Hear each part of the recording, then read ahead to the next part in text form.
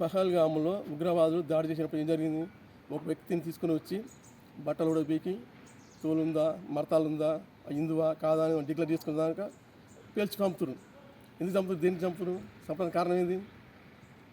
అది దేవుని పిచ్చి లేదు, కానీ మత పిచ్చి ఉంది. మత పిచ్చి ఉందా లేకపోతే ఇంకా రాజకీయ పిచ్చిందా? ఏదో పిచ్చి ఉంది. అయితే ఈ ఉగ్రవాదులు అంత బండమూర్ఖులు ప్రపంచంలో ఏరికోరా దొరకరు. ఎందుకంటే వాడు చంపుకుంటుడు, అంటే వాడు చంపుకుంటుడు, అంటే నన్ను చంపినా కానీ వాడు చంపుకుంటామట. అంటే అర్థం కాలేదా? అర్థం కాలేదంటే ఇప్పుడు ఒక మహాకవి శ్రీశ్రీ గారు ఏమన్నారు? జనాలందరూ ఒకటారు. జనాలందరూ ఒకటంటే నువ్వు నేను ఒకటన్నట్టుగా. నువ్వు నన్ను చంపినా నువ్వు నిన్ను చంపుతున్నట్టు లెక్క. అర్థం కదా?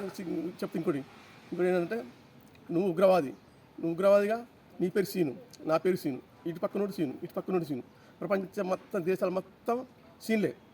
అలాంటప్పుడు నన్ను చంపితే నువ్వు నిన్ను చంపుతున్నట్టే కదా? అర్థం కాలేదు, దానికి తెలుసు. అర్థం కాకపోతే ఇప్పుడు సృష్టి ఎట్లా పుట్టింది, ఏ విధంగా పుట్టింది, దీనికి సృష్టిని తెలిస్తే అప్పుడు నీ గుండెల్లో ఉగ్రవాద గుండెల్లో రైలు పరిగెత్తాయి.